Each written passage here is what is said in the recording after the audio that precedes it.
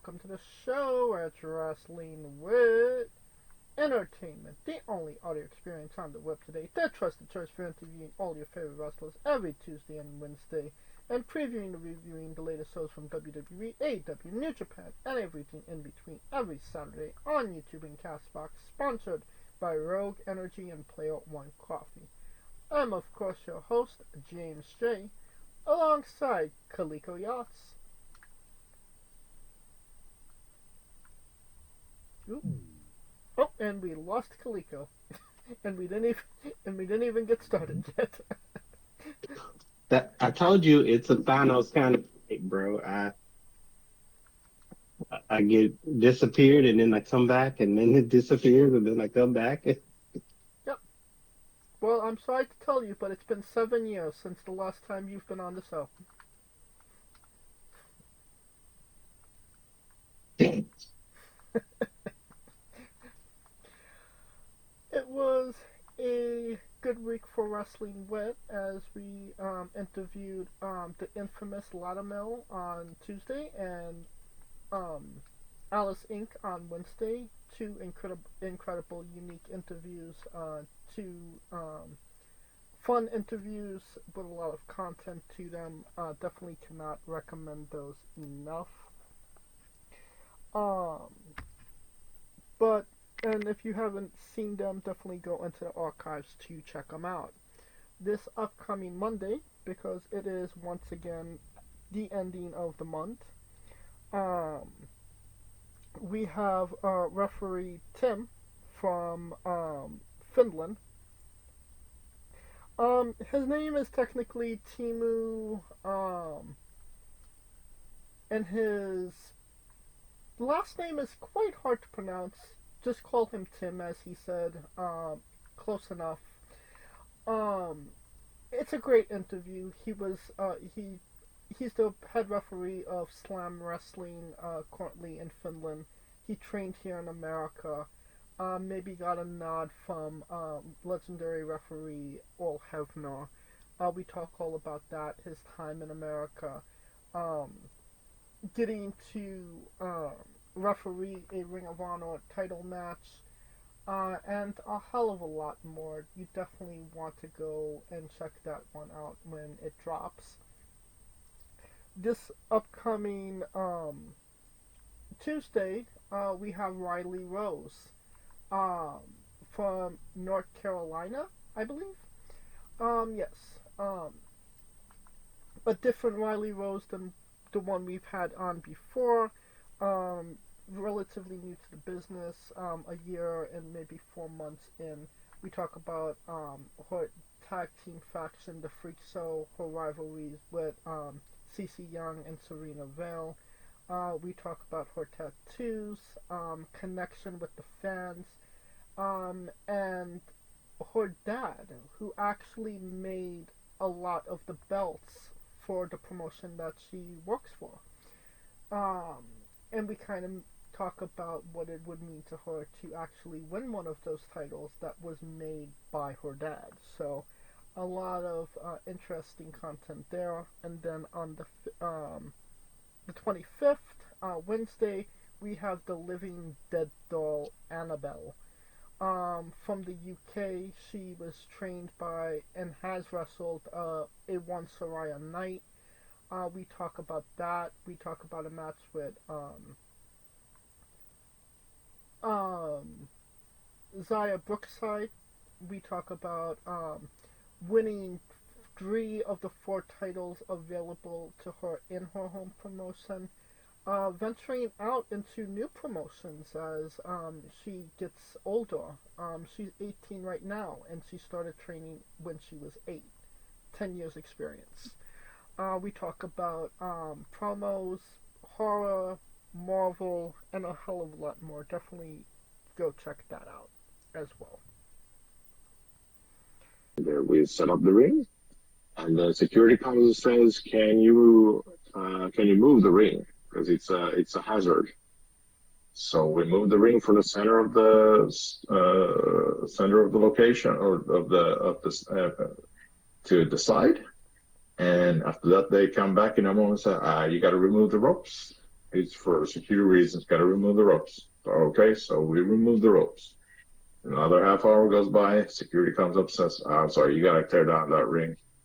So we tear down the ring, and the band plays, and the company tries to put on social media that because it's double booked, we're starting 2 hours later, and of course people are not going to read that. But so people started showing up at the event at the time that we're supposed to, but they couldn't come in because the band was playing and the door was closed because there was another event going on. Right. You take suggestions. I mean, we just had a conversation about Vaporeon. Obviously, you really enjoy that character. So that is an idea for my other arm. I'm actually going to have a Vaporeon put on there. Haven't quite got it drawn up yet, but I have an idea of what I want to do for that one. But just trying to get the first sleeve finished, and that takes some time. Unfortunately, with tattoos, with me especially, growing up, both my parents had tattoos and everything. So just knowing that, my father drilled it into my head at that point. If you get a tattoo, it needs to have a significant meaning to you to be able to explain to whoever says something or asks something about your tattoos. Like my mandala on my elbow. Could not tell you why I got it. I thought it was pretty. Well, I'm short. I'm 5'1", and usual moves there and stuff is based around my height. So I thought, who could I be for a day where I can do whatever I want? And I thought I'd be Kane, so I can chokeslam people, lift people, and do stuff I never really do. I just want to come out as someone who's supposed to be said like 7 foot tall, as someone who is about 5 foot tall. Where did you get the costume? Because it was very well done. Thank you, I made it. Awesome. And then on March 4th, we have Regab, the 5th Piper Suite. On the 11th, we have Patricia. And on the 12th, we have Super Beast. So a lot of new interviews coming up in March. Definitely check out our social media for more information on who we're interviewing, when we're interviewing them, links to those interviews, and so much more. Alright, I think we're done putting ourselves over. No, Kaliko? I mean, we should always be putting ourselves over. And we're never done. Can't stop, won't stop. I don't think I can say that anymore. The ditty. Well, somebody that can't stop, won't stop putting themselves over is one The Rock. As we are wrestling with the news. And it was a good week for wrestling, a great day for wrestling. It was announced on Thursday that The Rock would be on SmackDown on Friday. Friday was yesterday. The Rock appeared, came out, cut a semi-heelless promo, kind of, sort of in character. Definitely not the same Rock we saw at the beginning of Netflix. And he announced that WrestleMania 42 will be in New Orleans. It kind of seems like New Orleans kind of came out of nowhere for hosting a WrestleMania, considering, what was it? Not Indianapolis. Minnesota was in the running. England was in the running. Obviously Las Vegas is hosting it this year. I don't think and actually Indianapolis is in the running in the next couple of years as well. That was a part of the Lucas Oil Stadium deal. Yep. So, I mean, it's not like there's a lack of places that they could have done WrestleMania. It just kind of seems like New Orleans kind of came out of nowhere. But how do you feel about that? as a person who went to the last two WrestleManias in New Orleans, it was not out of nowhere. Not out of nowhere indeed. And the reason I say that is because there's you can have a consensus.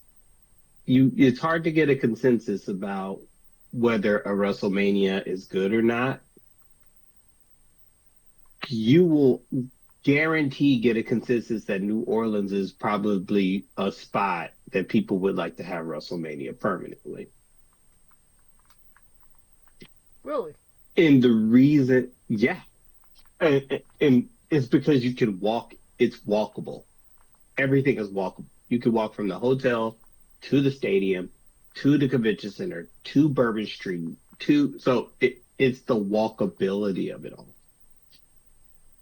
Your furthest travel is from the airport. It's to the airport. Now it's gonna suck for all the other things that you want to do. Like, I think the last time I went, like Ring of Honor was like somewhat 30, 45 minutes south of New Orleans. But as far as like, Yeah. if you're a WWE guy and you want everything done in the WWE sitting right there, right in front of you, that is the spot to be. Like here, like Vegas, once people, because SummerSlam was in Vegas, people loved Vegas because it was walkable. Between Vegas, New Orleans, and the ones I've been to, yeah, those two were the easiest because everything was walkable. You could walk from right after SmackDown. Everybody's just going to Bourbon Street, having a good time. And considering that WWE is getting this backlash for all these tickets and shit, it kind of would be on them to go to a spot where it's a relatively inexpensive city. New Orleans, yeah, it's it's relatively inexpensive to be in New Orleans. I mean, As far as like if you're paying as a paying customer. is it a lot cheaper compared to Las Vegas? Because it seems like you would have to win the lottery to go to this year's WrestleMania and do everything that you need to do. That is true. I mean, well, Vegas, considering, well, me and you, we've been to Vegas for SummerSlam. So when you think of that, think of that time when you went then. How much did you think you spent out of pocket? I mean, it was pretty. I mean, it wasn't as expensive because we were still low key in the pandemic at that time. But I mean, That's a factor. yeah. But now, and I mean, it was SummerSlam as well. So I mean, not necessarily, the big one, WrestleMania. So there was that as well. And keep in mind Yeah, that was that's the that Vince part. McMahon era, not the Paul Levesque era. So I mean, all key factors in this. Well, I'm just looking at it from the standpoint of there's three things that affordability, accessibility, and tourability, like tourism wise. Orlando, everything was downtown, but the problem was not everybody was staying downtown. And plus most people could go to Miami 2 hours away. New York, it was too spread out. Everything was in New York City, but the show was in Jersey. Right. What's another one I went to? Texas, the stadium's in Arlington, everything is in Dallas. So you see what I'm saying? So it's LA. Yeah. Everything was downtown. Stadium's in Inglewood. So you see what I'm saying? So it's one of those things where it's like not everything is central, and Philly was central-ish because downtown is one way, but all the stadiums are the other way. But it's a little bit of it's a minute to get to those from downtown Philly. And you wanted the ease. Vegas, there's an ease. New Orleans, there's an ease. Indianapolis, there's an ease, to be quite honest, because Lucas Oil Stadium's on one side, and then you could kind of walk around downtown Indianapolis and still kind of get to the stadiums. So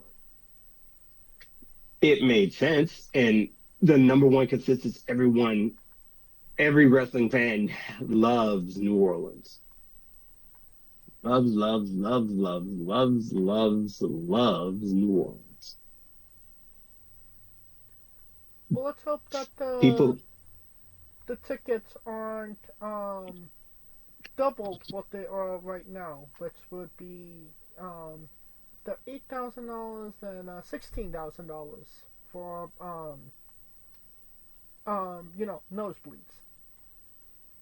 um, I'm trying to think. I think the Superdome is bigger than Allegiant. Okay. So, I mean, that wouldn't surprise me, if I'm being honest. I mean, I think it'll still be kind of up there, but New Orleans, you could fit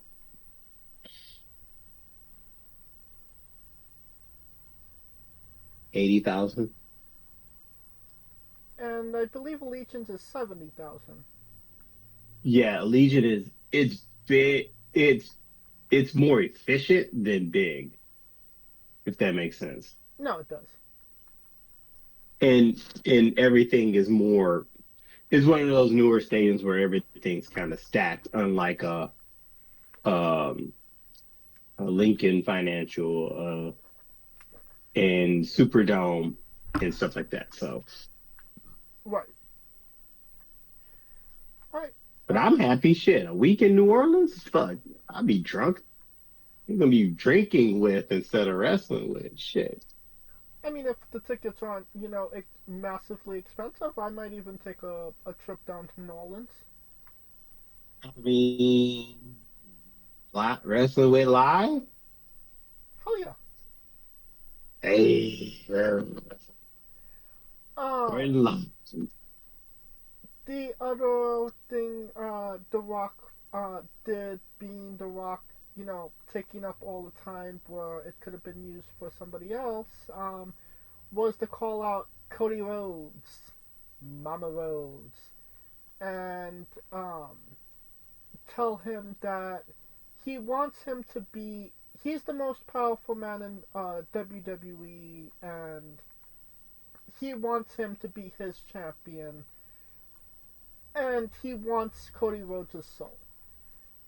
So, essentially, they're kind of playing, from what I gathered, the Vince McMahon, Steve Austin, I want you to be the corporate champion and bend to my will. That's the vibe I got out of it. But maybe you saw it differently. I mean, I think they could be just. I think they're probably trying to lay all the cards out for Cody and this is what I kept telling everybody when Jay won. I knew he was going with Gunther because Cody, there's so many avenues you can go with that. Right. I mean, I'm talking about I'm putting on tinfoil hat thinking, oh my God, The Rock put himself to go against Cody. CM Punk uses his favor to make it a triple threat to get back at both. I mean, it's like tinfoil hat time, right? Like it's got me like, oh shit, this could be a thing. And then I put down the weed and get back to reality. I mean, that's a good thing. But no,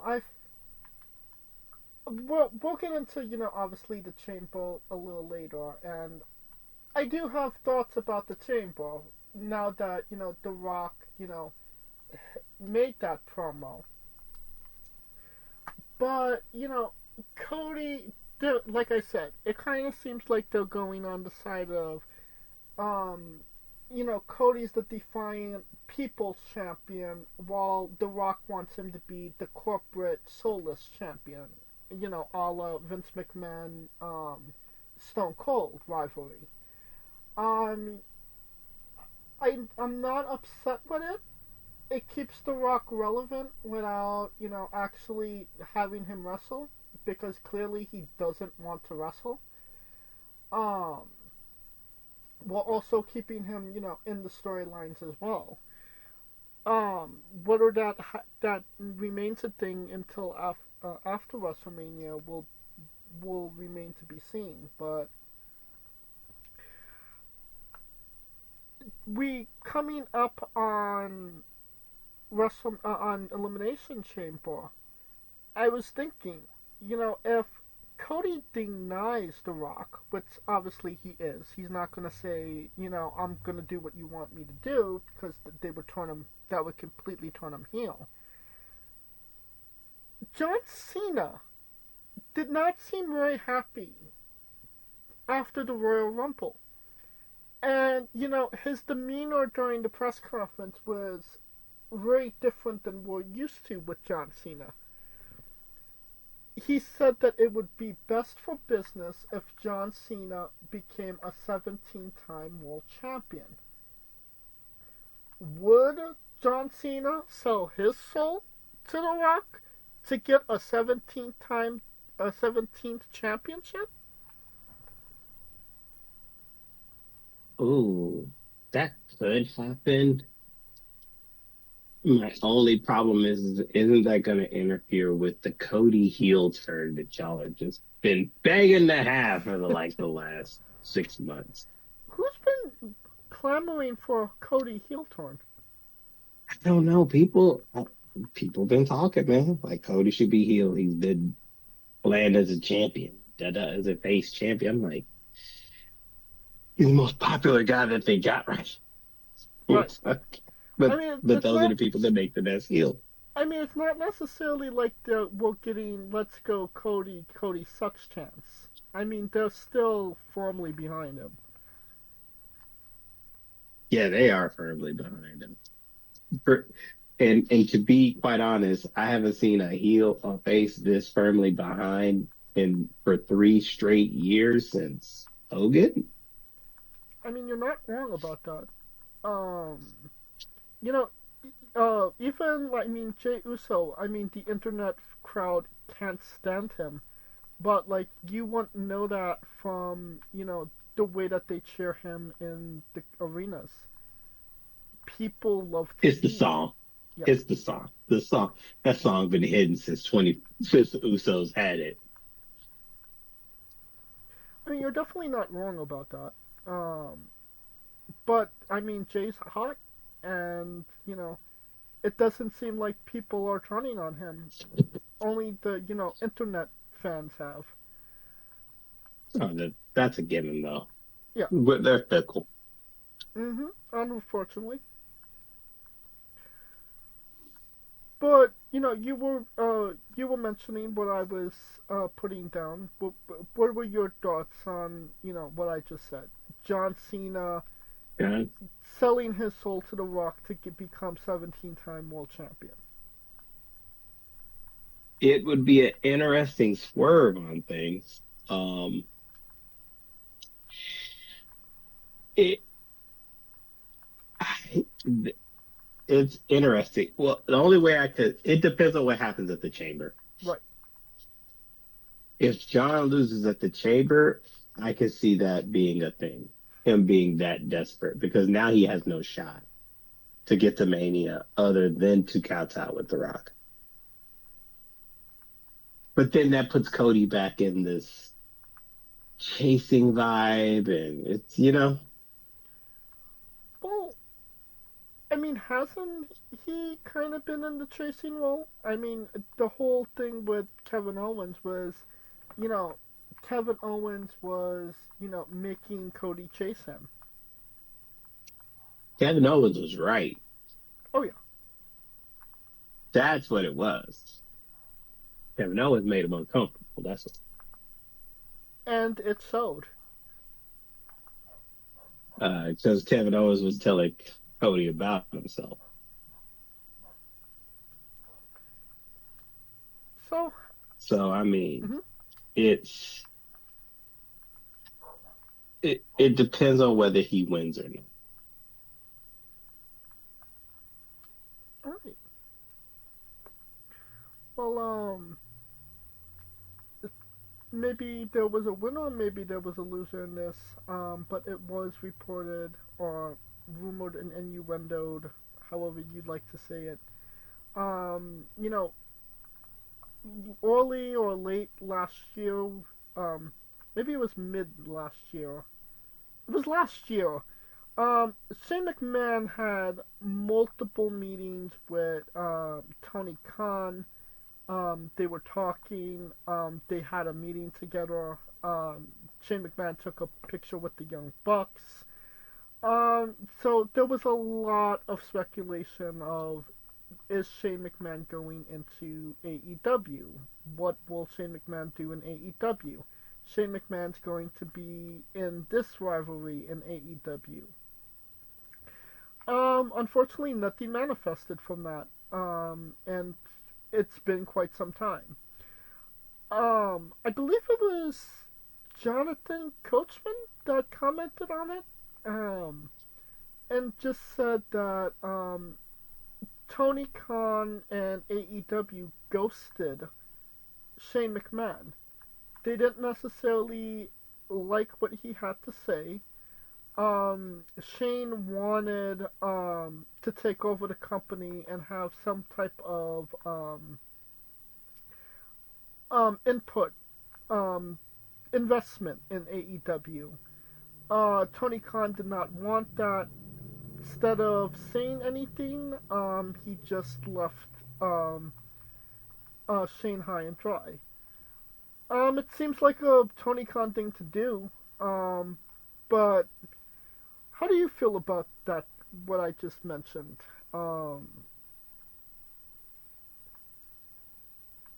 I mean, who really thought that something was going to come out of it? I mean, but that also kind of goes with what people been talking about Shane and WWE, like how he's not really he's of the business because of his name and his wrestling acumen, not because of the business sense. Right. I mean, in pro wrestling, nothing surprises me at this point. So, Shane McMahon on AEW TV. Um, I mean, it wouldn't necessarily do anything for AEW at this point. It would maybe get the internet fans on fire, but I don't think it's going to translate to actual views, people tuning in into the show.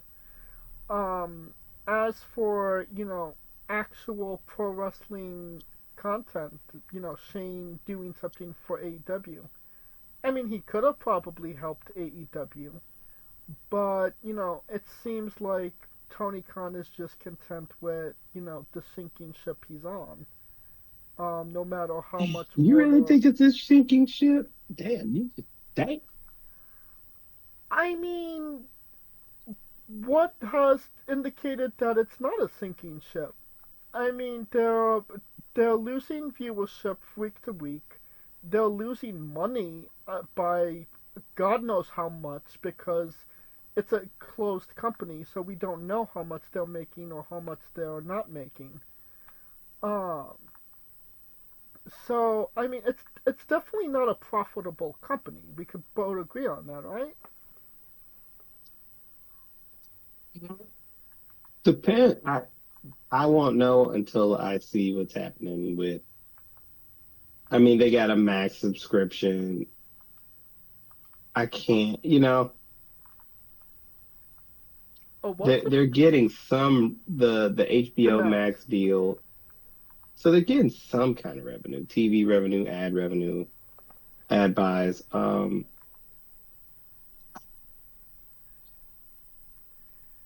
it's just a matter of, yeah, you're right. We can't tell until we get those details. But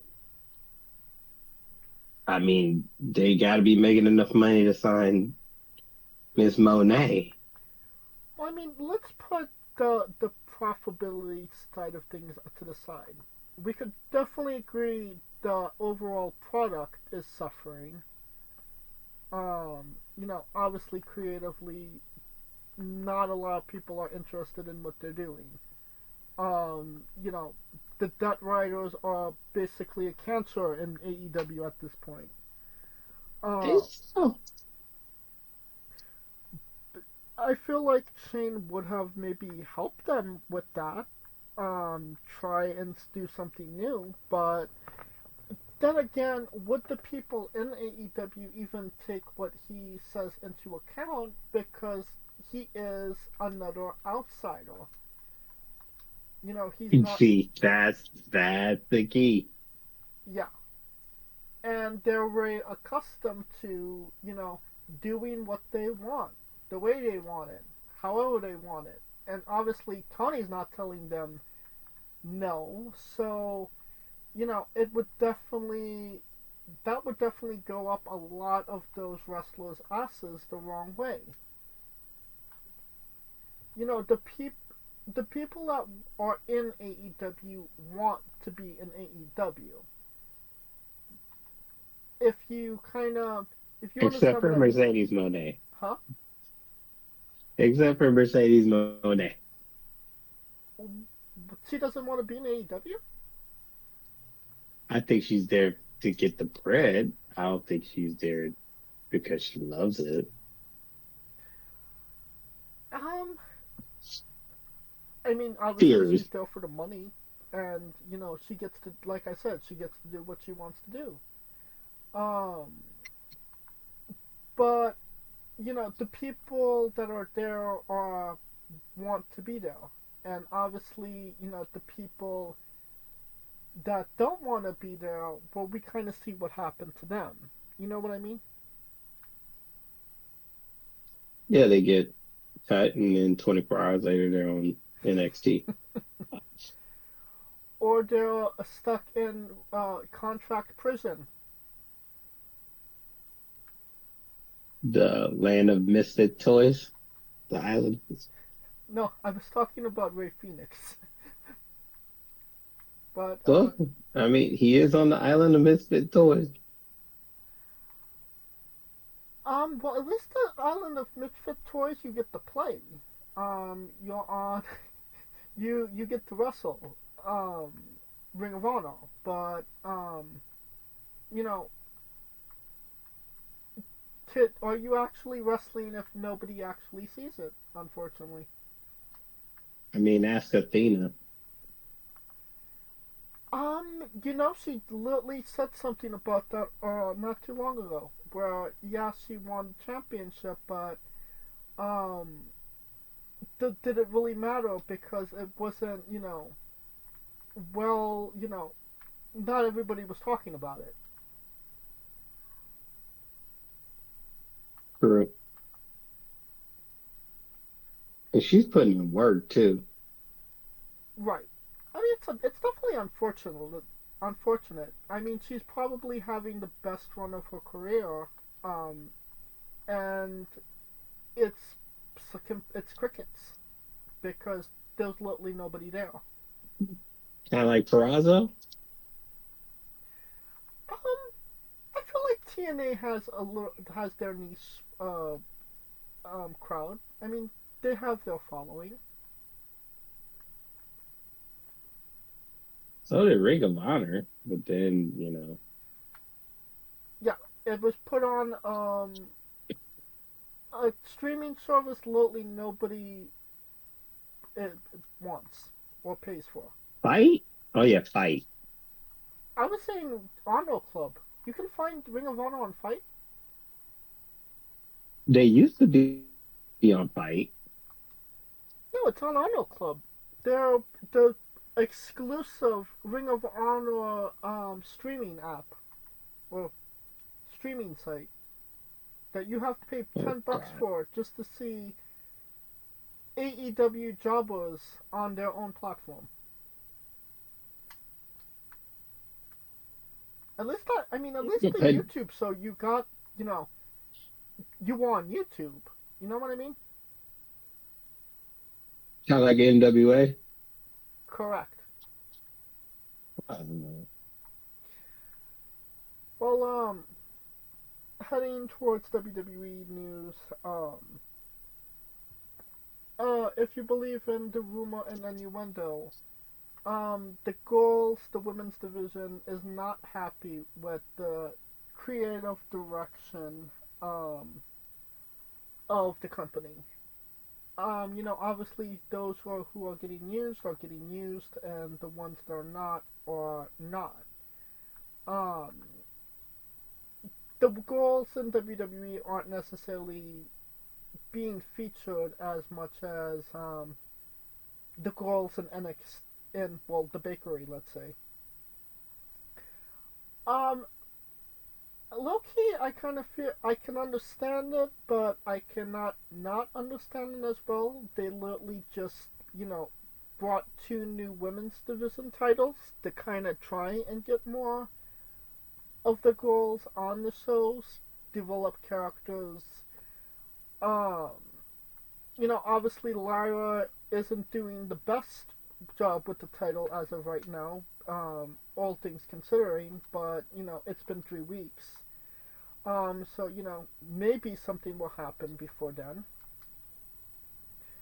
Um, but how do you feel about, the women's division right now? And the main roster? On the main roster, yeah. Hmm. It's not. I mean, they're deep. It's just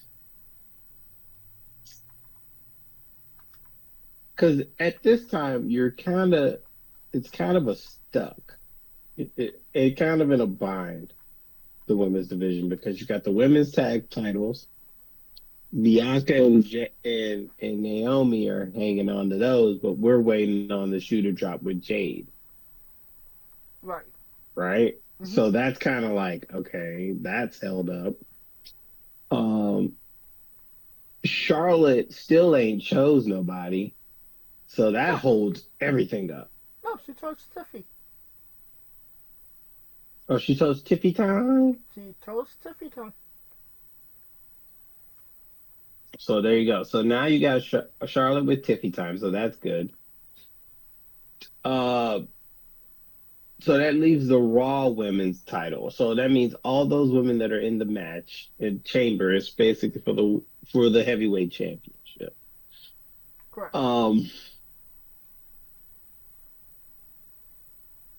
Then you got to figure out who's going to be a viable contender for the mid card titles, because they built up one for Lyria with Dakota, so I guess that's just a run back. But I don't know if that's going to happen at Mania or before Mania, Before Mania, I right? believe. Yeah. So eventually, so let's say she beats her, you're eventually going to want to see if she can defend it at Mania. Same with Chelsea Green. Do you think we're actually going to get a mid-card women's championship match at Mania? They would have to. I mean, they don't have to do anything. Uh, True. But with two nights, it gives it more, Because think about it. So, Mania, you got two matches that we know are going to happen, right? Gunther Jay, and Uso and Gunther, Jay, and Uso, and Charlotte and Tiffy. correct. So so what was it last year? I want to say they had like 10 matches over the last 2 days, if I'm not mistaken. I feel like it was more, maybe 14. It felt more. Hold on. It felt like more. Hold on. You might be right. I think it was 14, so 7 each day. Let's see. Unless they do a pre-show, which at this point could low-key be overkill at this point, I don't see those mid-card titles being on the show. I mean,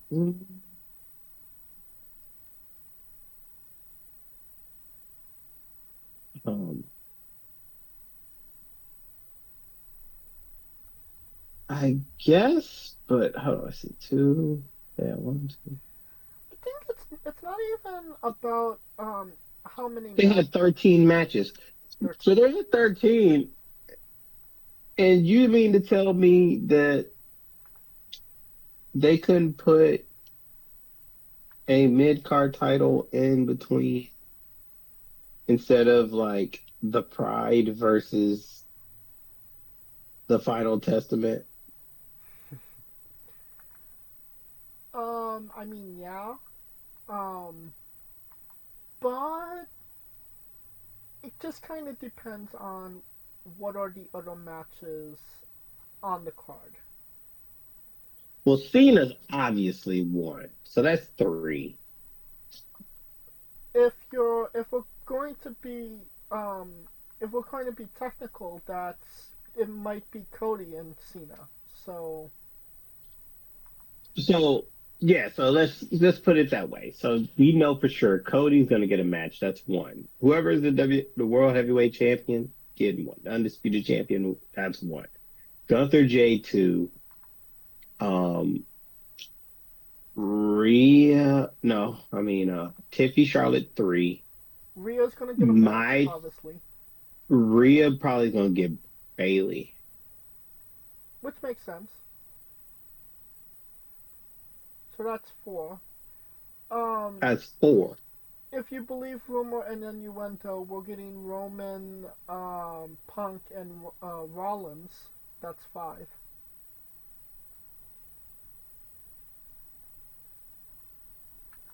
See, and that's not even including tags, women's tags. If they go that route with Jade, men's tags on both sides, and the women's mid cards on both sides. Right. I mean, obviously Rhea's getting a match, and Rhea is a big marquee for them.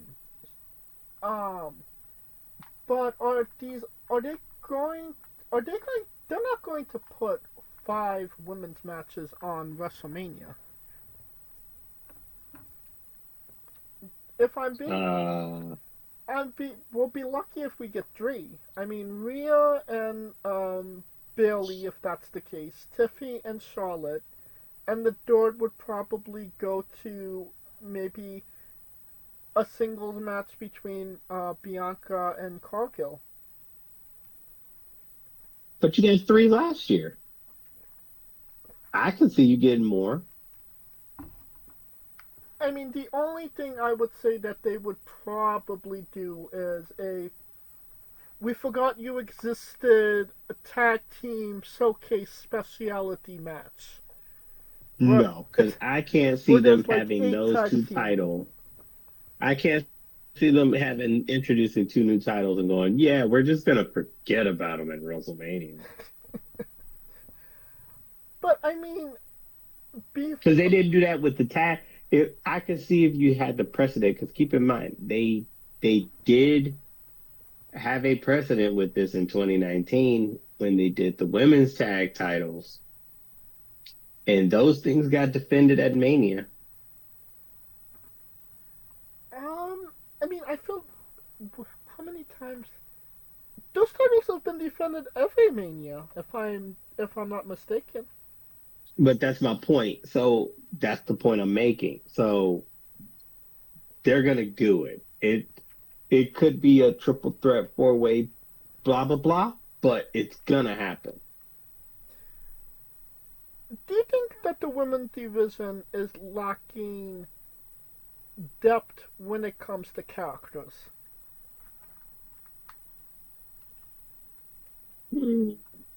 They're lacking. No, they're not lacking characters. They're lacking connection. Because say what you will, in that division, like, let's see, Bailey connection, Rhea connection, Charlotte connection, Liv connection, Big time connection. Tiffy, yeah, big time. Tiffy The crowd, loading. the crowd. It's turned her- loading. Huh? It's loading connection. I mean, Um, the crowd turned her face, Glico. I mean, they wanted Tiffy time. they turned her face because Naya connection.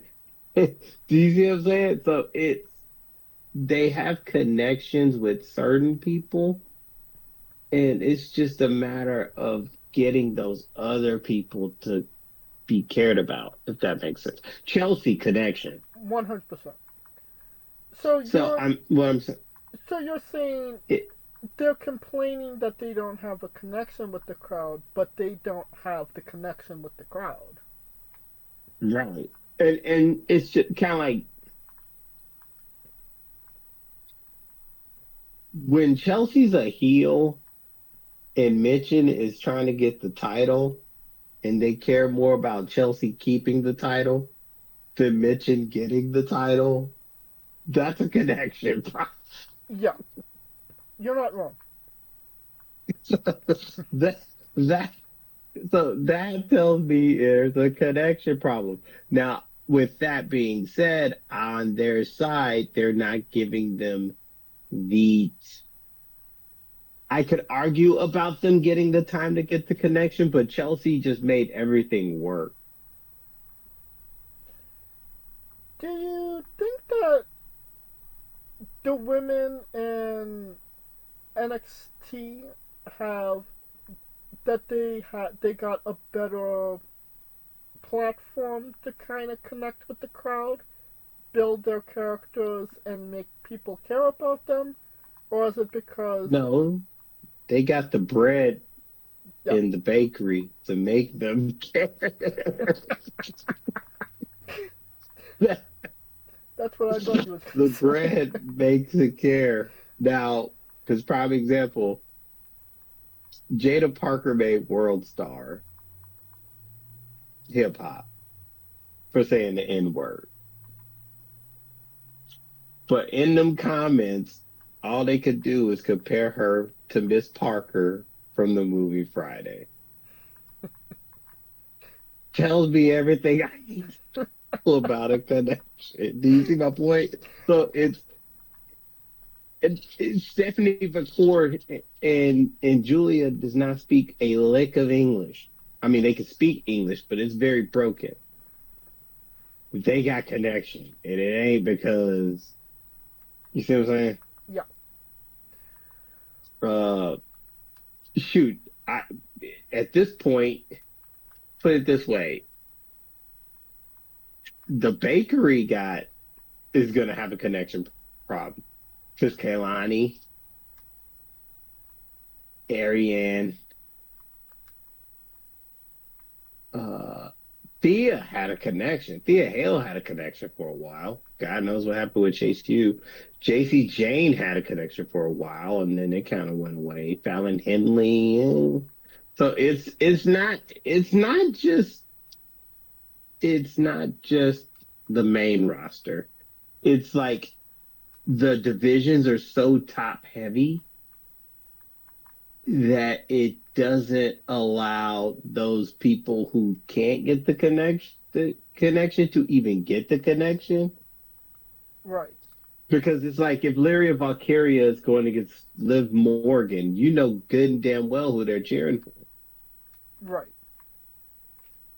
Even though Liv could do everything in her power to make them like fucking hate her, they're going to cheer for her. Mm-hmm. And keep in mind that was something, and to be quite honest, that was a problem Liv had. Liv had a problem getting a connection, but for some odd reason, that connection clicked when they did a documentary on her, and how crowd kind of notice she just keeps grinding.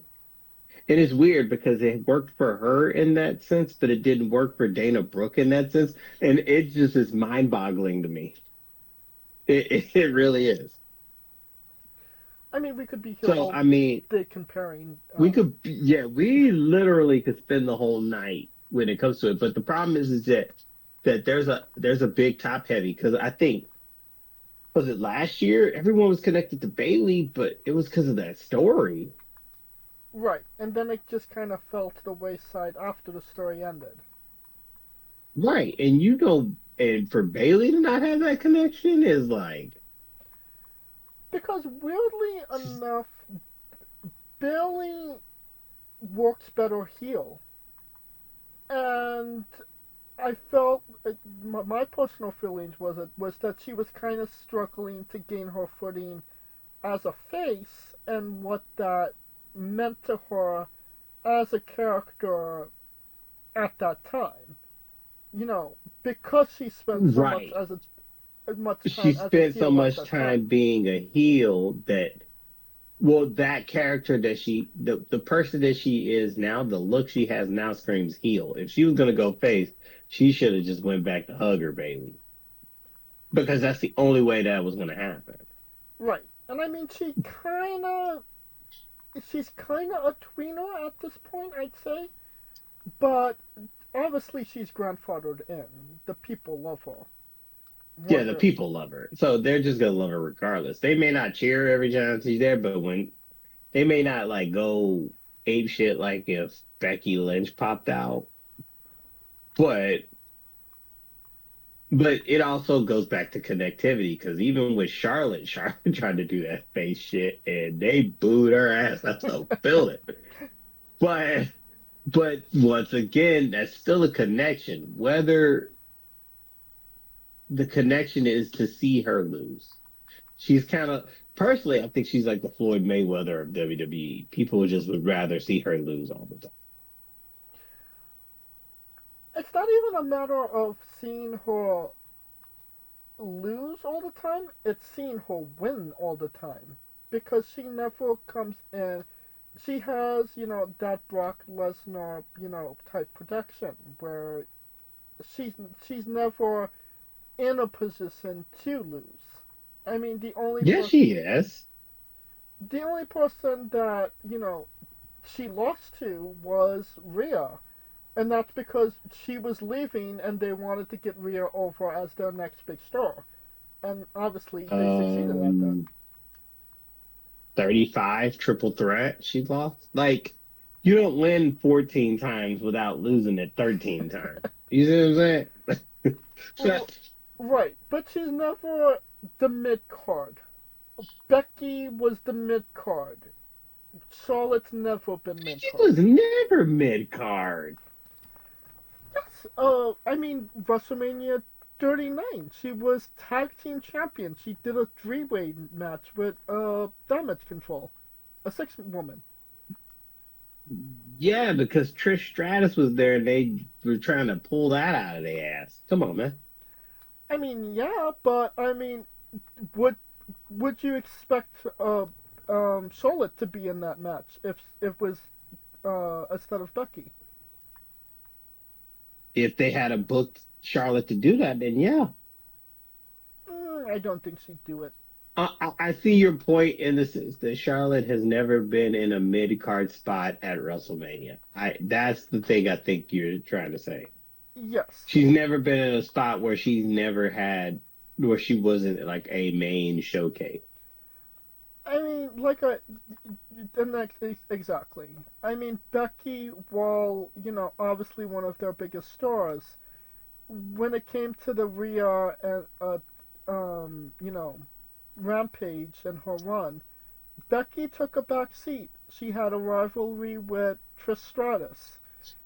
People still wanted to see her, but she didn't necessarily need to be in a title position in order for people to see her. And, if she was in a year-long rivalry with Rhea for the championship, I think people that would have went negatively with the crowd. Well, I, Charlotte, she hasn't been there for what, over a year, and she's immediately thrusted into, the championship match at WrestleMania. you Um, saw that shit coming, and Bailey did. That yes, I happened did. with Bailey too. Because remember, Bailey lost the tag titles, and Sasha dipped, and Bailey had money and Bailey in the bank. I'm just like, No, it's, I it I understand it, but I also understand why people are upset that she's in the position that she's in. But because she's a Flair and she's good, regardless of what y'all say. See, the argument is always about opportunity, and it's never about her talent. okay, so this is what I'll say about it. Like I said, I didn't have a problem with her winning the Royal Rumble. We both picked her to win the Royal Rumble. Huh.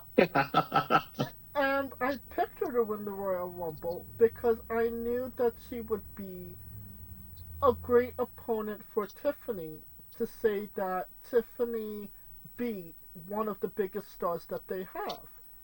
While Tiffany is Exactly. still, while she's the champion, she's still not on that level right now. She's still getting there.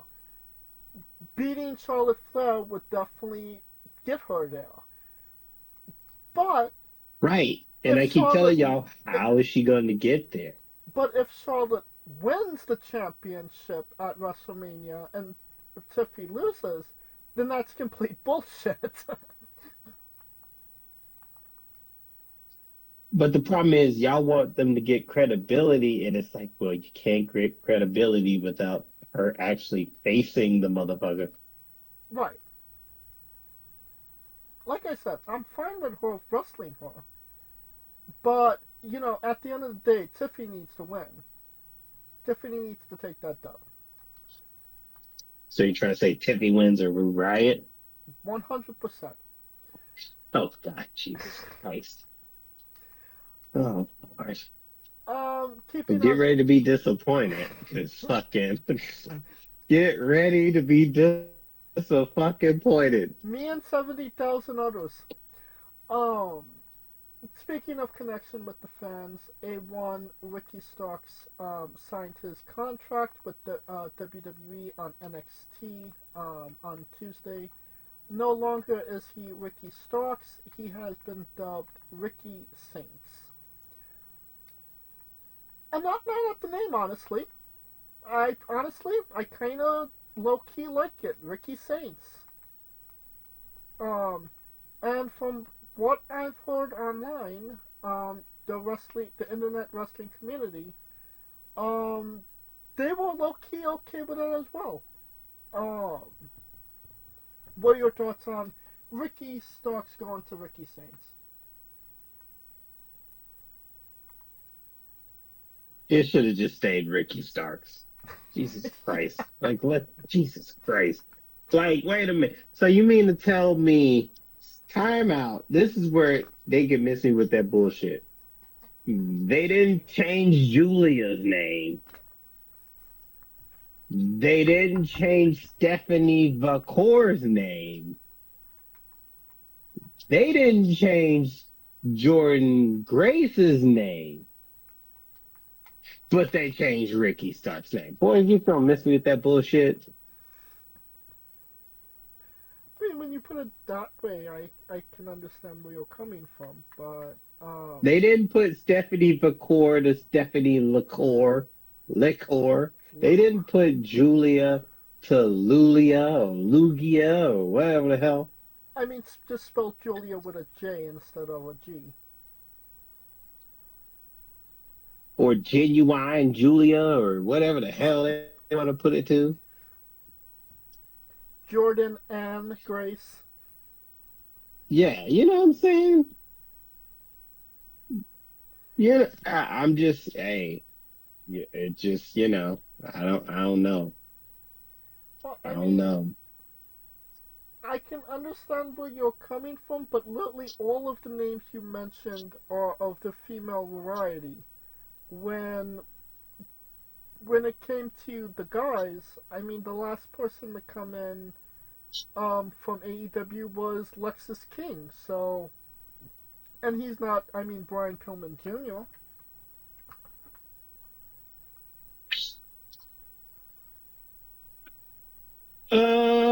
Sean Spears came in as Sean Spears. But isn't that his name? No, he was Ty Dillinger. No, I mean that's his shoot name is Sean Spears. No, that's my point. Sean Spears came back as Sean Spears. Yeah. He kept his name.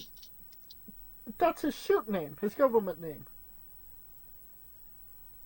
Oh, that's his real name? Is it? No, can't be right. Well, I'll tell you in a His second. name is Ronnie. This dude's name is Ronnie. What the? His name's Ronnie? Didn't see that coming. Okay, yeah, I was definitely not. Okay, well, you know what? Touche. But at least it could have been worse. It could have been Richard Stokes. We have Ricky State. Ricky Simmons. Ricky Simmons. Jesus, man. Yeah. So it could have been worse. I think it. He said that he likes it. He digs it. I think it's just gonna take a couple of weeks for people to adjust to it, but I think it's okay. I beg to differ, but whatever. Who knows what happens in the future? Maybe he'll be Ricky Starks. Ricky Saints. Again. Ricky Saints. Man, get the fuck out of here. One man by no other name, Moose, made his NXT debut, going toe to toe, face to face with Saba Odi Acapulco. Yeah, it was a big moment. I thought you would have said Obi-Wan Kenobi. No, Saba Odi Acapulco. Google it if you don't know the reference.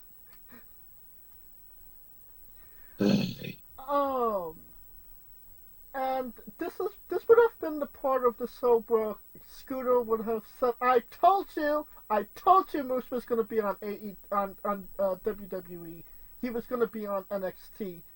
And I probably would have been, I would have shot back with, yeah, like 3 years ago. You've been saying it for 3 years. It's not necessarily a shock at this point. But yeah, I mean, that is true. But yeah. But I mean, like he showed up though. That he did.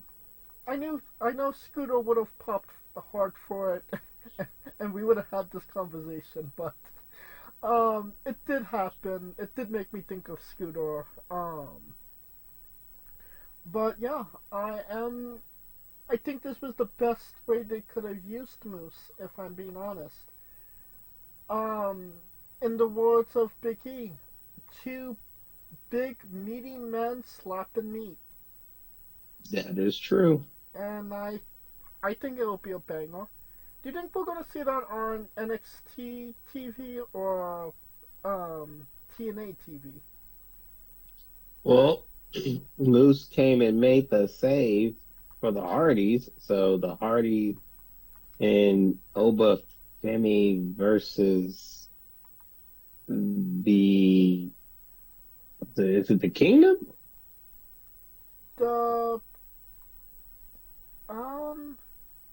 No, it was the Quarter Cats crew that they wrestled.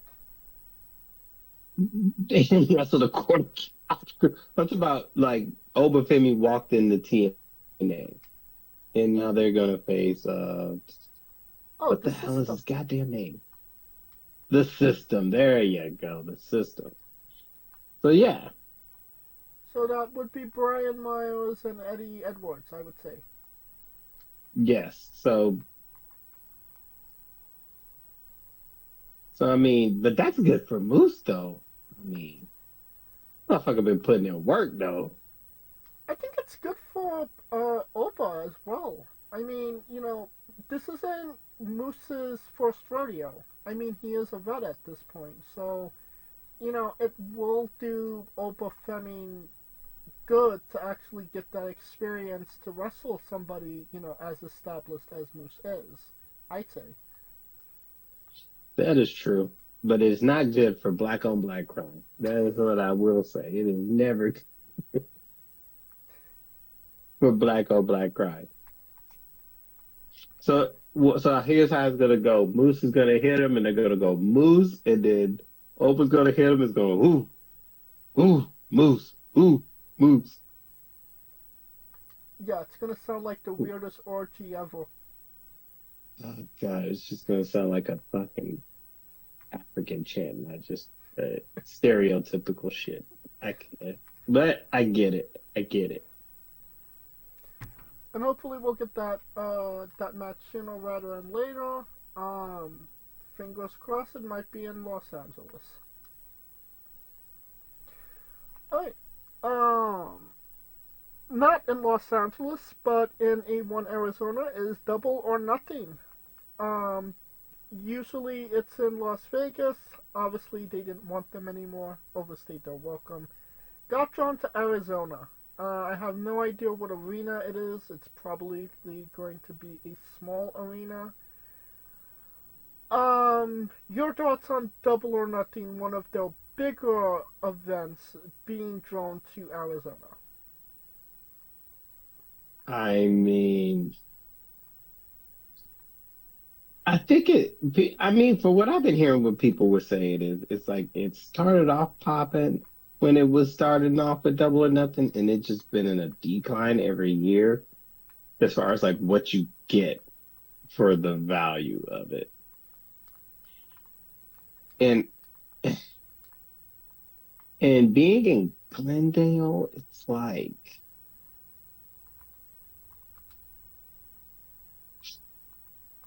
I mean, they couldn't do Phoenix.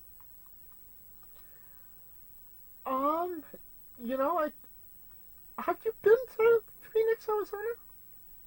Yes. It's not that big. It's not that big. So, I mean, it's but not exactly people like there's like 15 arenas. I mean, it's not Los Angeles where you can throw a rock and hit an arena. I mean, is there even when I hear Glendale, I mean, I'm trying to think, is there even a Glendale? There is a Glendale airport. Okay, good. They got a regional airport. Good for them. Good for them. I mean, the only reason I could think of Glendale is because of the stadium that's there. But Glendale's like not that far from Phoenix. Yeah. It's the Phoenix arena, but it's in Glendale for some apparent reason. That seems like it's just low-key the thing now when it comes to arenas, but... Yeah, build an arena for one city and put it in a whole nother fucking side of the... Shit. Fucking... Shit. That's big. Maybe you could speak to this. I don't remember, but AEW hasn't been in Arizona yet, have they? Or if they have, Exactly. it hasn't been a lot. No? Not if they have, it hasn't been that lot. Because keep in mind, they always been. I mean, they'll be there in Phoenix on February 19th. They were just there. February 19th. So, okay, so like a week ago. About a week ago. So, kind of overstaying their welcome before they even get there. I mean, maybe they got there. They're like, we love Phoenix so much. Let's just go to Glendale.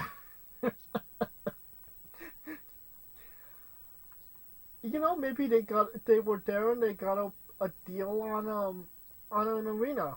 I don't know. Who knows at this point? who knows I what didn't know Glendale had a stadium that big, so that just told me like everything I need to know.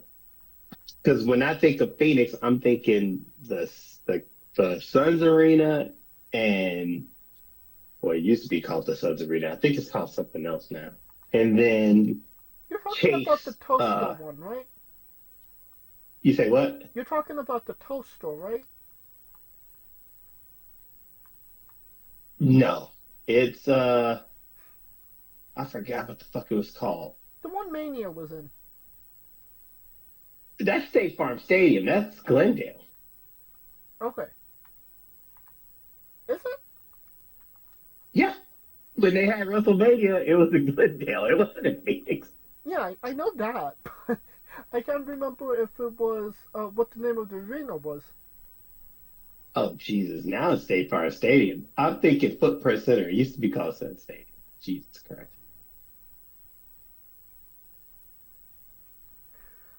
Well, they're gonna be in Los Angeles on the 20. No, not the 27th. On And it March. used to be called the University of Phoenix Stadium. That's a Okay, that sounds more. That sounds more familiar, I'd say. these stadiums keep changing their goddamn names. Um. So yeah, I mean, AEW is gonna be in Los Angeles March 7th. So, and low key tickets are doing pretty well. Um. AEW Because they does. don't go to LA like that. That's why. Yeah, no, that's You remember when they had AEW for like 3 years and they would never touch the West Coast? right. I mean, and then it's in a part of LA where there's a lower chance of you getting stabbed and robbed. So there's that as well. I mean, yeah, you won't get stabbed or robbed in Inglewood as long as you hit the right corner. My exactly. There are no right corners in Eaglewood. I mean, John Cena said that there were no right corners in Eaglewood. On air. But I mean, yeah, you drive straight to where you go to get the fuck. You don't take those fucking shots straight in and you just drive straight out. Eaglewood is not a Like, sightseeing area.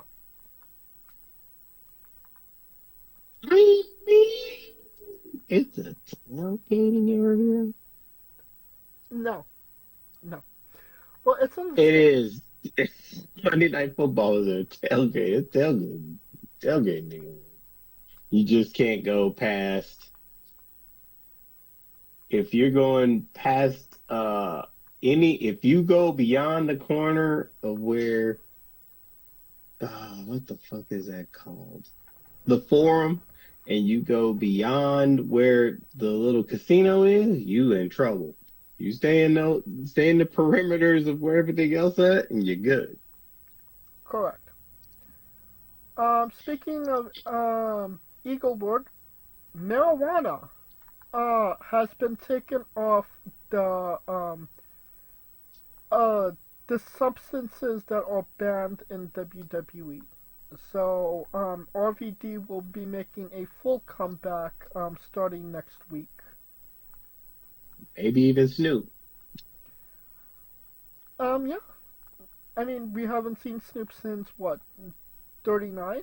So, I mean, it's not actually to 40. So, I mean, it's not out of the realm of possibilities.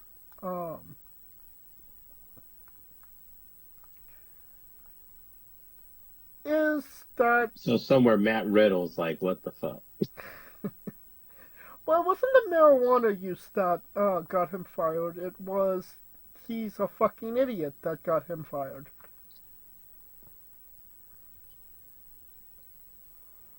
So yeah. You don't get there without the marijuana. But yeah. I mean, RVD still looks like he is a competent, functioning human being.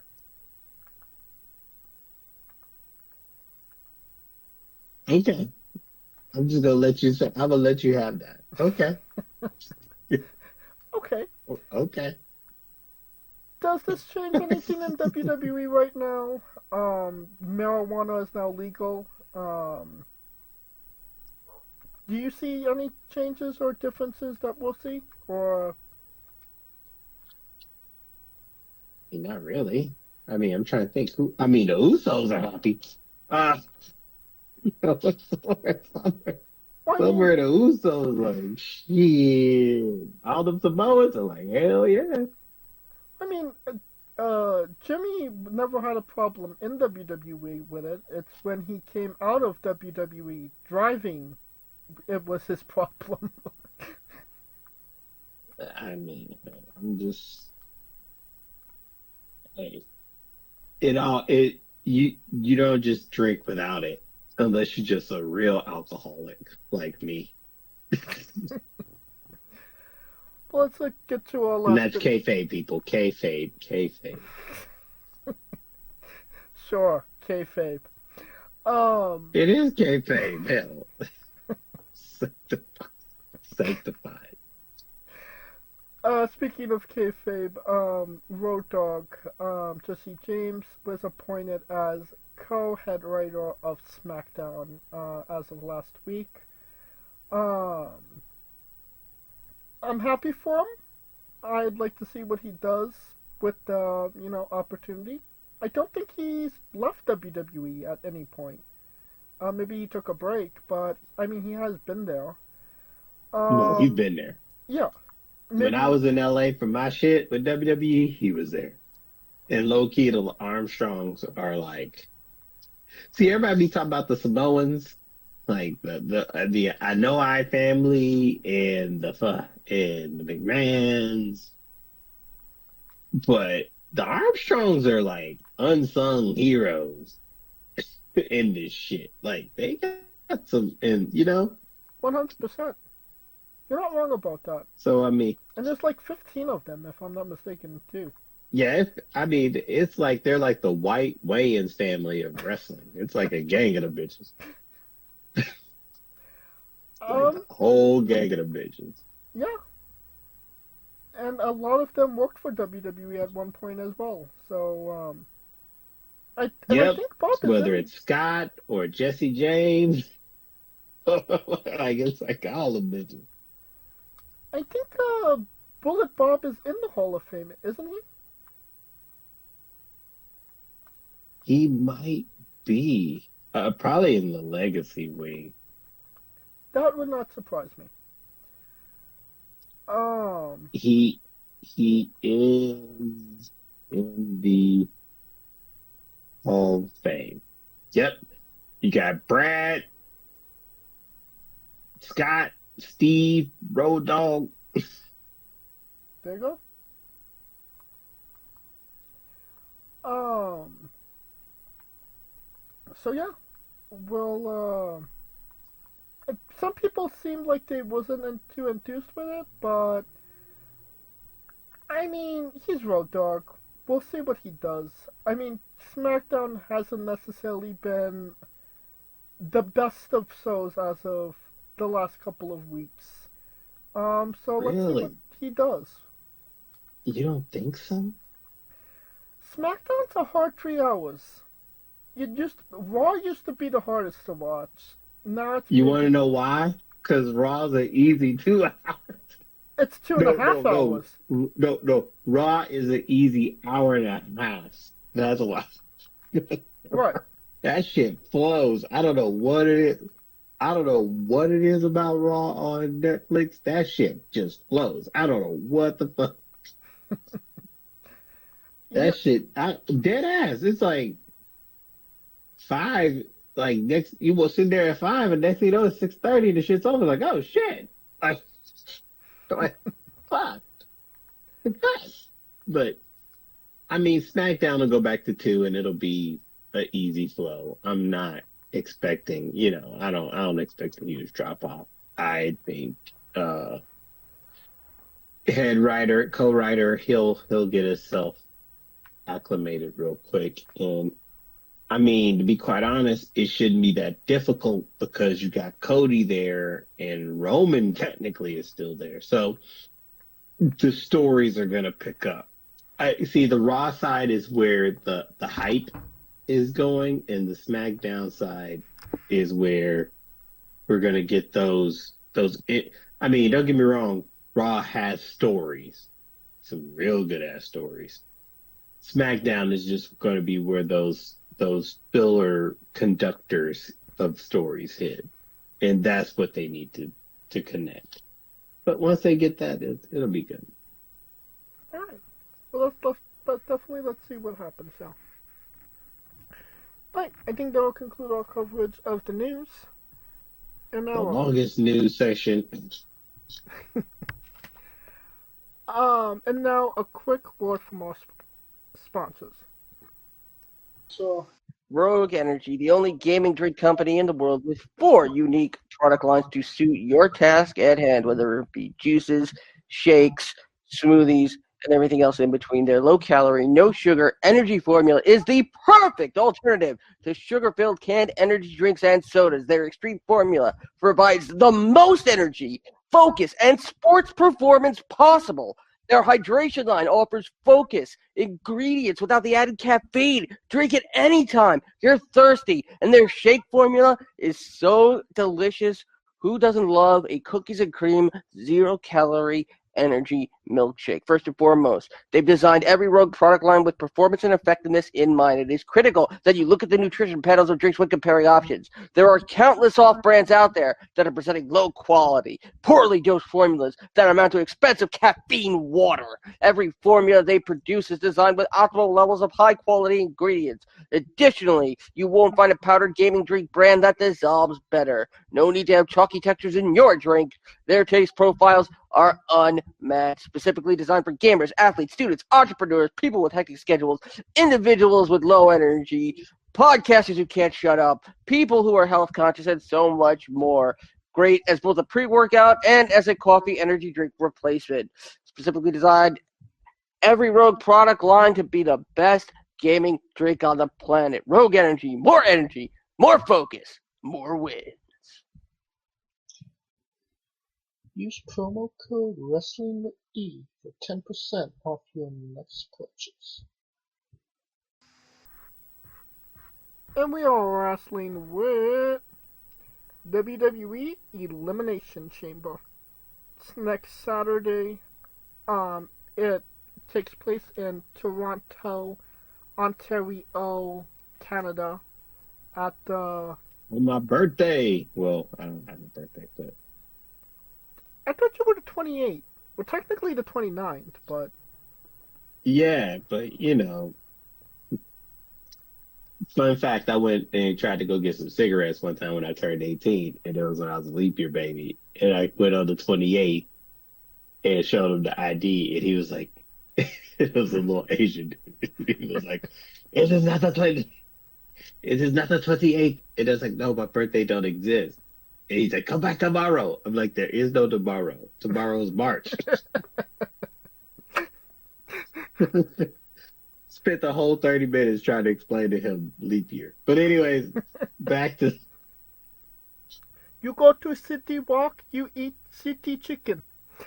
I know. And then it turned into I know punk bitch, like... like Okada. It just turned into that. Just went there. But anyways, as you were saying... It takes place at the Rogers Center.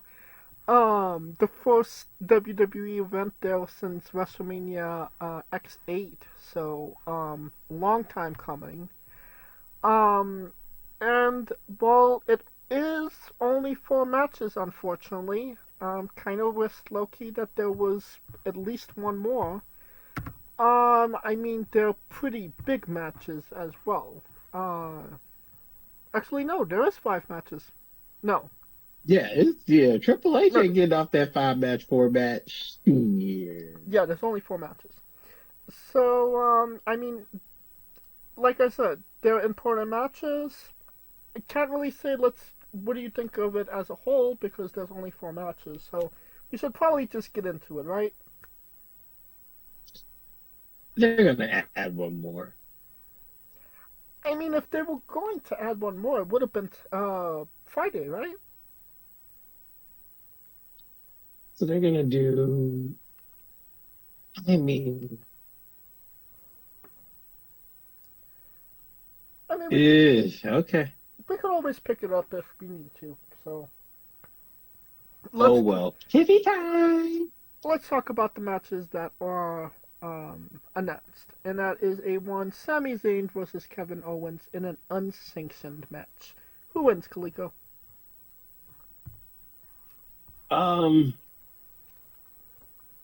This is interesting because this is the first match where both of them coming in fucked up. like Sammy's allegedly fucked up, and Kevin Owens is literally fucked up. So it's like, who's gonna win? The last time they had a match, It's been a hot minute for sure. to be quite honest, I don't see a winner in this match. I mean, it's unsanctioned, so I mean, it's not like No, like I don't see a pin. I just see them beating each other halfway to death, and the ambulance gonna come and get there. okay. And I don't see that being an opening match. I see it being a filler match where it just gets. Prime example, you remember when Randy Orton and Kevin Owens had a match, and that shit just it never really got off the ground because they just beat each other to oblivion. Yeah. That's what I see. I don't see a pinfall, if that makes sense. No, it makes sense. I'll be a little different and say that Kevin Owens wins, but it's because Karrion Kross comes in and interferes and costs Sami Zayn the match. It's not a match. Huh? It's unsanctioned. It's unsanctioned, so therefore there's no DQ. But I mean, there's no DQ, but he's going to cause him to not win. So I mean, he's Got it. He's gonna fuck with him. Got it. he's gonna fuck with him, and that's gonna be what happens. All right. Second match, Nia Jax and Candice LeRae versus Tiffany Stratton and Trish Stratus. How the fuck did this match happen? Where did Trish Stratus come from? Bro, I could have told you that, but I could have. But the thing is that I knew that they were gonna have to go back to the Nia Jax shit. There's no way they were gonna just let that shit slide. Like Right, she didn't get that drafted needed to some. Raw, so That shit needed some closure. So here's my question. Considering this is a one-off match, could Charlotte cost Tiffy? that's a good question. Because Charlotte has had beef with Trish. That's true.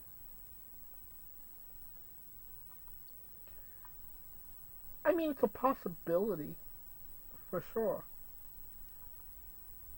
But So yeah, I'm gonna say Nia LeRae, because usually when they bring out the hometown hero, they get their ass beat.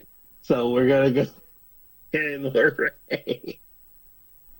I'm going to go with that. and I am going to go with Trish Stratus pins Candice LeRae. Ooh, I don't I see. think Nia Jax pins Tiffy. Ooh, do you really think that they would give Tiffany an L right before Mania? She's gonna take the L anyway. Well, there's a difference between taking an L and getting pinned, I'd say. And it doesn't necessarily do anything if Nia isn't involved in the WrestleMania match at any point. You know what I mean? But I can see Charlotte losing because of the ghost of Tiffy's past coming to bite her in the ass. I'm telling you, I don't shoot the messenger. When you backstab somebody and then that shit ain't got closure, oh yeah, it's coming. I mean, they're never not going to be able to run back between Nia and Tiffany. It just Tiffany has bigger fish to fry at this point. Oh, but they can. That's the thing. Alright, well, so far we're pretty divided on this card. So, I got Trish pinning Candice, and you have Nia pinning Tiffany, correct? Yes. With some interference from Charlotte. Yes. Alright,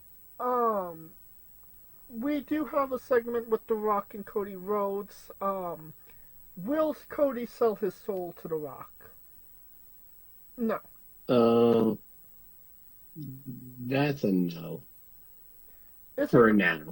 is it going to be a long, drawn-out process that has zero repercussions? Probably. Yes, it will. But I think it's good. I mean, because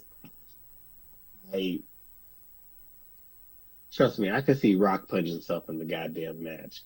So yeah. Yeah, let's put a pin in that for the moment. Because there's a couple of ways we could go with this. Exactly.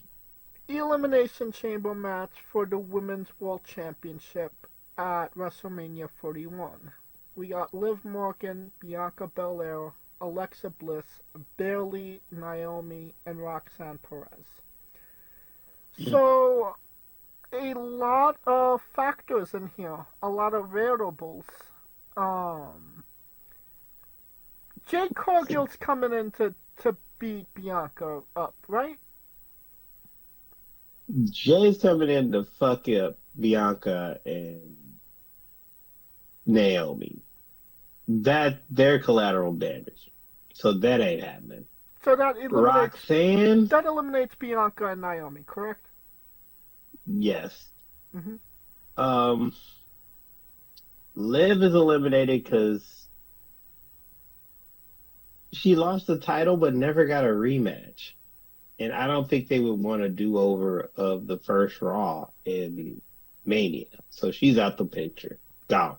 Roxanne is just there to have a good performance and get over. Not necessarily. Oh, come on. If they didn't do it with Tiffany last year, they're not going to do it with Roxanne this year. I don't know. I'm not saying she's going to win. I think because I can see Roxanne being a bit thorn in Bayley's side and costing her the title. Or costing her the shot. Which leads me to believe that Bliss could literally win this match. That's who I had my money on. Was either it was Bayley and Bliss. That's who I was thinking. So Bayley and Rhea seems like the best match that they could possibly have for 41. And, Rhea could say that she pinned 3 of the 4 horsewomen at WrestleMania, which she had. That's true. And my issue is the fact that Perez is in this match. Right. Because because they've been beefing all year long, and they have yet to have a one-on-one. And I can see Bailey having a one-on-one with her at Stand and Deliver. That makes sense. And well, that just leaves Alexa Bliss, and Alexi came back. She's still a spooky bitch. I could see her fucking with Rhea and playing mind games and doing some fiend shit with her. I mean, the size difference is hilarious, I would say. But So was Alexa and Nia. That shit didn't change anything. very true. But I mean, Alexa and Io and I mean not Alexa and Io, but Rhea and Rio, I think they could get to a point Rhea where and Asuka.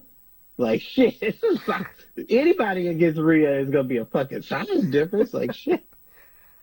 I think that they could get to a point where it's believable that Alexa Bliss is a viable threat against Rhea in the ring. So they made it believable for Liv Morgan's tiny ass frame to beat her. Come on. true. I'll go with Alexa Bliss as my number one and Bailey as my number two. What say you? We both are in agreement. Except I would flip it because I'm giving Bailey an edge of a chance. But that Roxanne is a big thorn in my side with it. No, you're absolutely right. When you see Bailey, the next name that pops up is Roxanne Perez. So I could absolutely see her fucking with her to cost her the match. If Bailey pins Roxanne and then Roxanne interferes with Bailey to get Bailey eliminated, they'll set up the Stand and Deliver match. Yep. Yeah. Alright. WWE Elimination Chamber match for the undisputed WWE Championship at WrestleMania 41. John Cena, CM Punk, Drew McIntyre, Logan Paul, Damian Priest, and Seth freaking Rollins. This is one of the most stacked Elimination Chambers they've had in quite some time, excluding Logan Paul. And one of them. Oh, what? Come on. Y'all gonna stop disrespecting that man. Everyone He is made, y'all can former world y'all champion. can hate him. Y'all can hate him, but name one bad match that he has had. What I'm meaning is everybody in the match is a former world champion except for Logan Paul. He's a world champion. United States champion. There you go. That's his world champion. No! He hasn't won the big one. Oh gosh. Priest is Now we put in qualifiers. So. Even Priest won the world championship. And I mean, Drew, Punk, and Cena and Rollins are all multiple-time world champions. So. All right. Yep. We're gonna see this. All right. So. Yes. Stop disrespecting that man, Paul. I mean, but anyways. This is pretty much what the Rumble was to me. It's tough. I know Priest ain't winning. Right. That ain't. Mm-hmm. So if the rumor is true that McIntyre and Priest are going at it, they're gonna fuck with each other.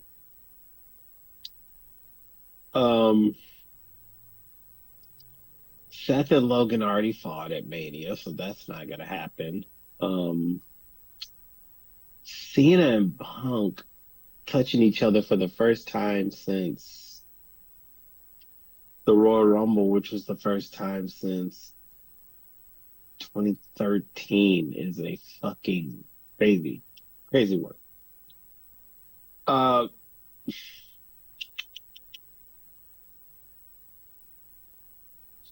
had to pick two. Picking two. I'd say Cena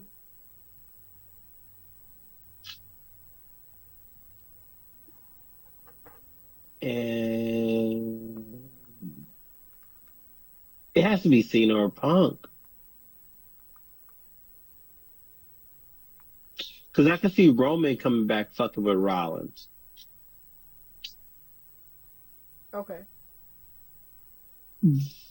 McIntyre and Priest, they're going to cancel each other out. The question I got is who's going to take out Logan Paul? I mean, Logan Paul could win the whole thing.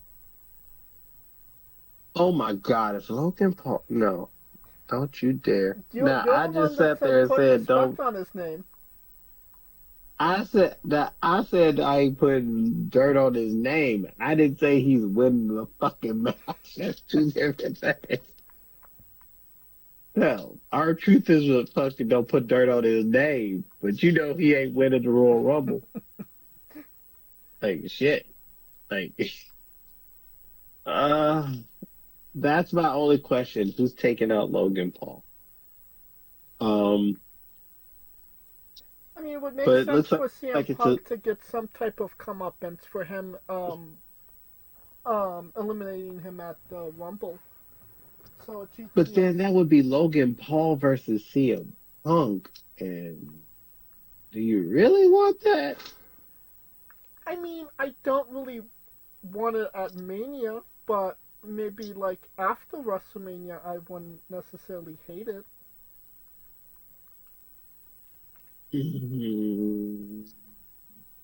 Nah. This is where I think Punk, if he wins, he's going to Mania to face Cody. And I could see Punk, it's so many, see tinfoil hat. I could see Punk taking the deal and selling his soul and becoming the champion. Ooh. The same way I could see Cena selling his soul and becoming the champion. But I could also see Cena winning and then trying to get in the match and Punk using his favor to make it a triple threat and become a champion. I could see Roman costing Seth, and that's gonna be their thing. It's so many ways it could go, and it's just I love it though. I love it that it can go so many ways. So this is what I was kind of thinking. I mean, we could do it as cut and dry as it needs to be, and just say John Cena wins the Royal Rumble. No, the Elimination Chamber. He goes on to fight Cody. Cena and Rock fuck Cody, and Cena sells his soul to The Rock to become a 17-time world champion. Now my question is he going to follow through with that run, or is he going to be on the Brock Lesnar schedule? From what I've heard, rumor and innuendo, Cena freed up his schedule for 2025 so he could have a proper final year in WWE. So he is going to be there alive. Full time, not full time. More or less, yeah.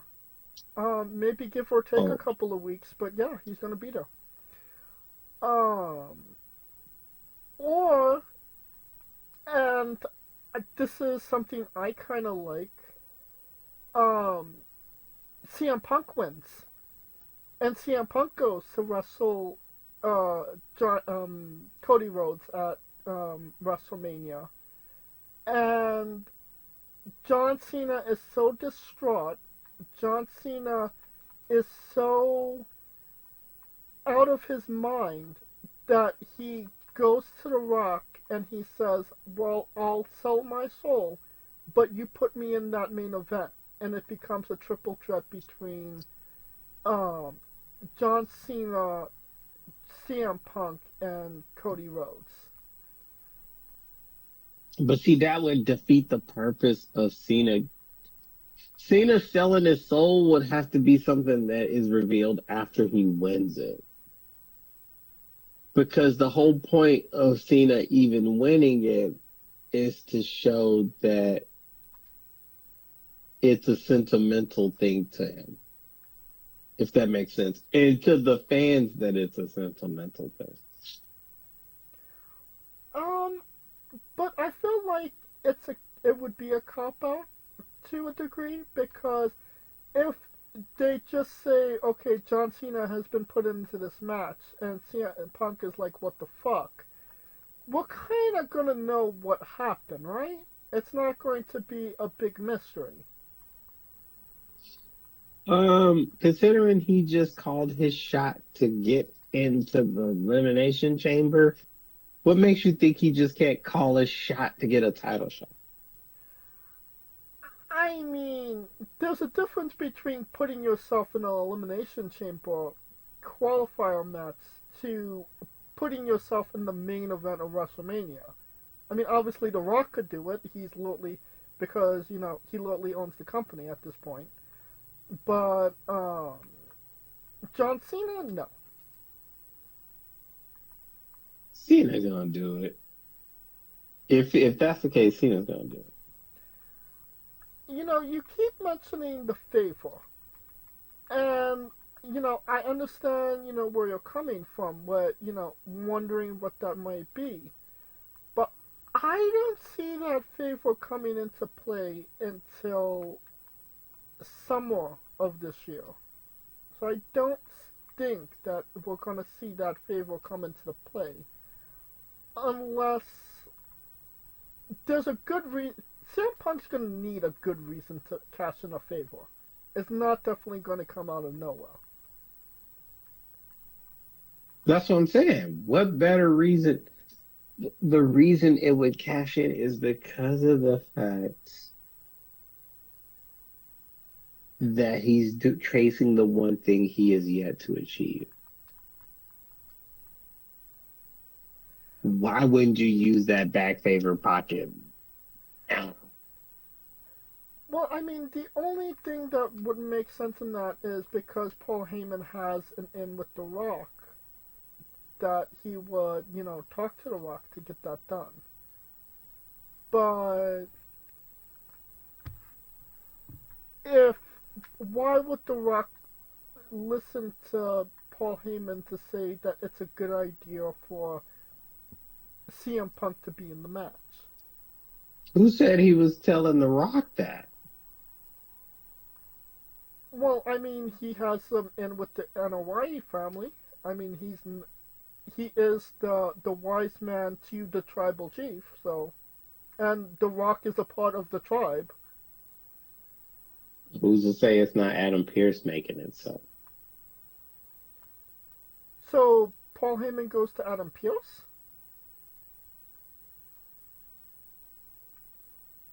That's more relevant. But I mean, The Rock owns the company. He's literally Adam Pearce's boss. But that's putting The Rock too into it, and you don't want him into it.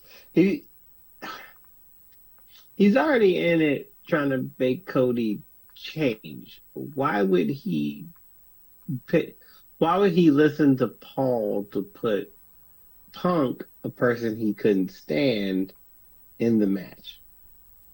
Right. Because that's what I said. If Punk wins, then Punk's in the match then Punk is qualified. He has his spot. Cena goes to The Rock, says, I'll do what you want me to do. Put the belt on me. Or, put me in the match. And that's your main event.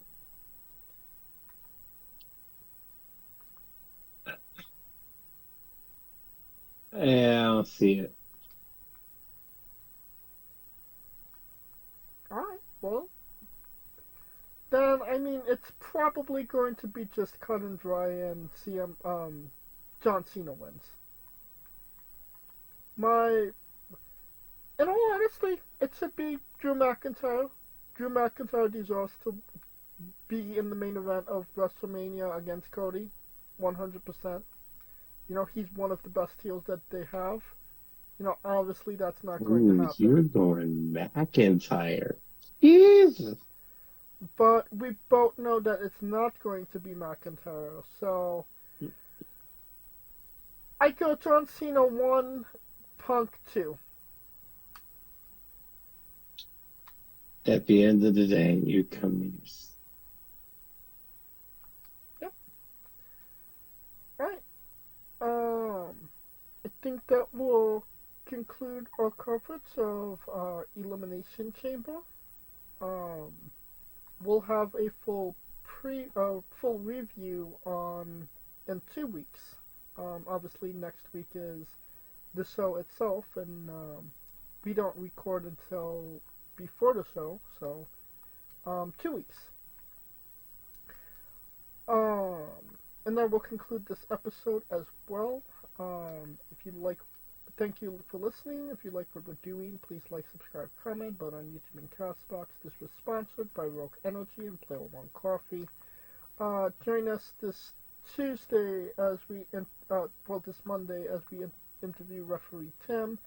This Tuesday as we interview Riley Rose, and this Wednesday as we interview Annabelle. And join us and follow the show at Wrestling with E, both on X, Thread, and Instagram for information on who we're interviewing, when we're interviewing them, links to those interviews, and so much more. Follow me personally at JamesG993. Where can we find Kaliko? Ooh, I'm Kaliko on X or whatever is left of X. Because I might just stay on Instagram. Best in the world 29. Man, I'm on it. But then again, I might go to Blue Sky. I don't know. It's just like, man, it's been crazy. What a crazy month. Yeah, no Blue Sky until I know that Blue Sky is going to stay around.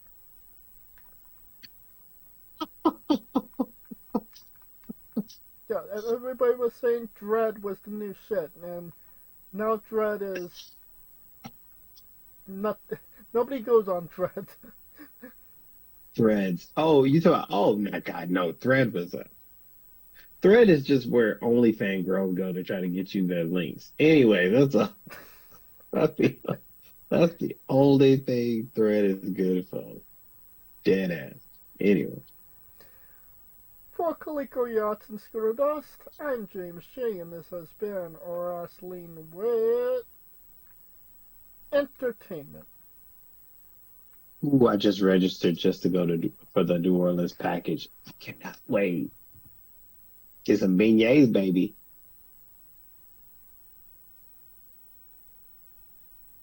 Hey, folks, this is the Colossal Mike Law, and you are listening to Wrestling with Entertainment. Enjoy the show. Support these guys. We appreciate it very much. We'll see you at ringside.